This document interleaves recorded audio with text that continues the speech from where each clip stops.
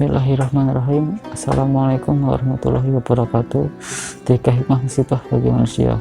Musibah adalah takdir Allah Subhanahu wa Ta'ala yang dirasa buruk oleh makhluknya. Namun meskipun itu buruk dan terasa berat bagi makhluk, musibah pasti memiliki hikmah. Karena semua takdir Allah Subhanahu wa Ta'ala ini selalu ada hikmah di baliknya. Pada kesempatan kali ini saya akan menyampaikan tentang tiga hikmah musibah bagi manusia. Tiga hikmah musibah ini tergantung dari keadaan orang yang ditimpa musibah tersebut. Yang pertama, musibah adalah sebagai azab, yaitu bagi orang yang berpaling dari agama Allah Subhanahu wa Ta'ala. Allah berfirman dalam Quran surat At-Taha ayat 124. وَمَنْ أَعْرَضَ عَنْ ذِكْرِي فَإِنَّ لَهُ مَعِيشَةً ضَنكًا وَنَحْشُرُهُ يَوْمَ الْقِيَامَةِ أَعْمَى.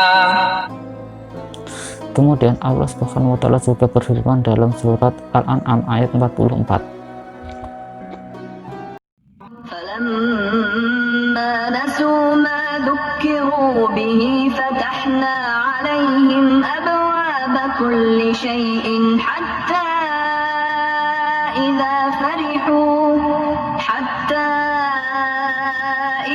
فَرِحُوا بِمَا أُوتُوا أَخَذْنَاهُمْ بَغْتَةً فَإِذَا هُمْ مُبْلِسُونَ. Baik, maksud dari Quran surat Al-An'am ayat 44 adalah istidraj atau pengurangan siksa. Berdasarkan tafsir Al-Mukhtasar atau markas tafsir Riyadh di Saudi Arabia di bawah pengawasan Syekh Dr. Shalih bin Abdullah bin Humaid atau Imam Masjidil Haram, Quran surat Al-An'am ayat 44 ditafsirkan bahwasanya ketika mereka meninggalkan pelaksanaan perintah-perintah Allah dengan berpaling darinya, kami bukakan pintu-pintu segala rezeki bagi mereka sebagai bentuk istidraj atau pengurangan siksa dari kami bagi mereka.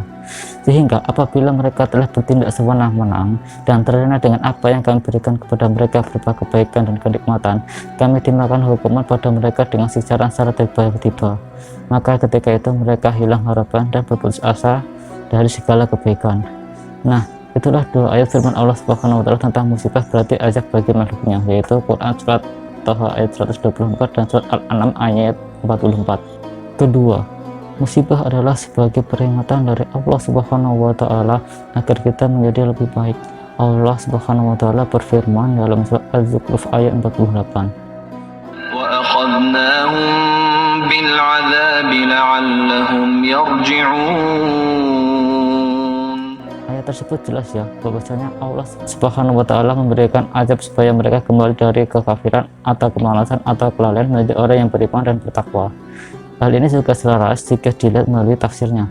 Salah satunya menurut tafsir Al-Wajiz yang ditulis oleh Syekh Profesor Dr. Wahbah Az-Zuhaili yang merupakan pakar fikih dan tafsir dari negeri Suriah.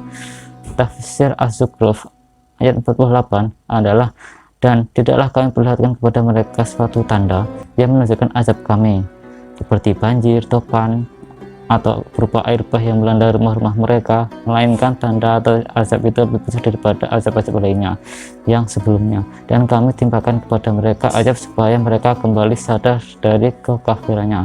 Nah, itulah sebuah ayat firman Allah tentang musibah berarti sebagai peringatan dari Allah Subhanahu wa Ta'ala agar kita menjadi lebih baik, beriman dan bertakwa. Ketiga, musibah merupakan tanda kebaikan dan kecintaan Allah Subhanahu wa Ta'ala kepada seorang hamba. Rasulullah SAW bersabda dalam hadis riwayat Bukhari nomor 5645, barang siapa yang dikehendaki Allah menjadi baik, maka Allah timpakan musibah kepadanya. Dalam hadis yang lain, yaitu hadis riwayat Ibnu Majah nomor 4031, Rasulullah SAW bersabda, sesungguhnya Allah jika mencintai suatu kaum maka Allah akan menguji mereka. Oleh karena itu, manusia paling berat ujiannya adalah para nabi dan rasul, karena memang mereka lah orang yang paling dicintai Allah Subhanahu wa Ta'ala. Dalam hadis riwayat Ibnu Majah nomor 4023, Sa'ad bin Abi Waqqas yang bertanya kepada Rasulullah SAW, siapakah manusia yang paling berat cobaannya? Beliau menjawab, manusia yang paling berat dan keras cobaannya adalah para nabi, kemudian yang seperti mereka, kemudian yang seperti mereka, di bawahnya lagi. Baik, inilah hikmah ketika dibalik adanya musibah. Jadi musibah itu jika dilihat kondisi orang yang terkena musibah, maka hikmah dibalik musibah tentu berbeda. Tidak semuanya buruk, karena faktanya musibah bisa juga merupakan tanda kebaikan dan kecintaan Allah Subhanahu wa Ta'ala kepada hambanya.